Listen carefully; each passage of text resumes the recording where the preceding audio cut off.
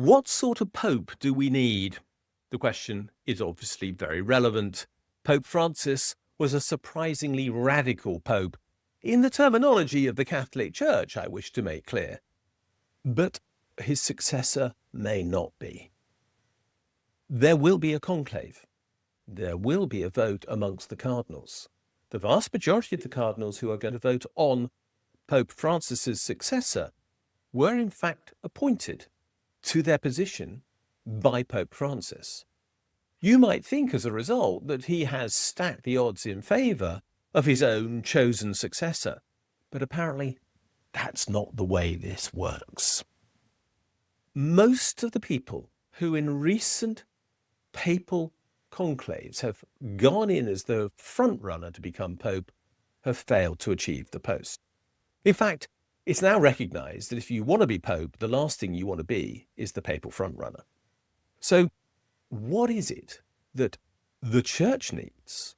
But more importantly, what is it that the world needs? The Catholic Church is really powerful. It is the biggest single Christian denomination around the world. And it is right now probably the only one that is growing around the world, particularly in the global south. It has an appeal that at present the Protestant Church does not seem to be able to emulate. There's a mysticism to it. It actually meets a need in people. And I sort of get that. With a name like mine, it's unsurprising that I come from a Catholic background, even though my father gave up Catholicism to marry my mother, who was a Baptist, and they compromised on the Church of England, which is the ultimate compromise when it comes to faith. I then chose to be a Quaker, but that's a different story. The fact is that the Pope has influence over maybe 1 billion people around the world. That's 1 in 8 people on this planet. And that soft power goes way beyond the limits of the church itself. A pope who is liberal-minded, who is open to the idea of the influence of women within the church, leads the way for women everywhere. A pope who is open to the marriage of priests changes the perception of the role, or lack of role, of sex within the ministry of the church. A pope who is in favour of condoning gay relationships and other relationships that are outside the formal structure of marriage clearly sets a social purpose for the church which is much broader than just for those who are believers. A pope who believed, as this last one did, that there was a threat from inequality, and who believed that the power structures of the world that created inequality are actually undermining the well-being of the vast majority of people who live on this planet, is a powerful voice for those who are being threatened by the current structure of worldwide capitalism. So the Pope is a major influencer. When a Pope speaks, then the world notices. If we get a right-wing Pope, somebody who wants to be anti-abortion in a way that the church has become a little soft on of late, or who is opposed to the role of women, or who is anti-gay rights, and who is anti-trans rights, and who is anti the idea of using the power of the church to actually support the well-being of the poor by questioning the role of worldwide capitalism, such a pope would be a deeply retrograde step. Now, in my opinion, they would also not be following the teachings of Christ, but that's my opinion, and you don't have to take any notice of that.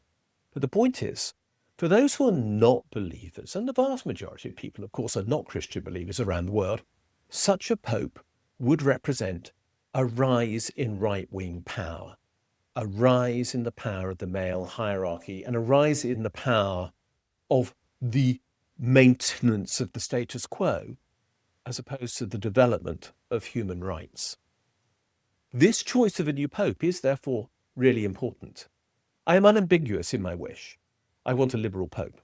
I want a pope who will be broad-minded, a pope who will understand where people are, a pope who will understand that there is no such thing as a single human being of a common type who is uniform and across the whole world is the same, that men and women need to be respected for who they are, that straight and gay people need to be respected for who they are, that those people who are living in poverty need to be protected and need to be supported, that so many other groups in society, the young, the elderly, need care and support, and that government must therefore do it, and that the charity that has been provided by churches in the past is not enough to ensure that their well-being can be maintained, that there need to be constraints on the power of some in the world to ensure that everybody else has a chance. All of these things matter. All of these things can be influenced by a liberal pope. We need a liberal pope. Over the next few weeks, we have another of the major litmus tests that are going to go on around the world right now, in elections, in power play, in political economy as a result. And the election of this new pope can be seen as nothing less than that. It is a power play between liberals and conservatives, between the status quo and moving on, between the hierarchies of power and the rights of the vulnerable. That's why we need a liberal pope. We need a pope who's willing to see that people are more important than the power of a few. And if we get a conservative pope, it will be the few who win. And that's why we need a liberal pope, so that the many do instead.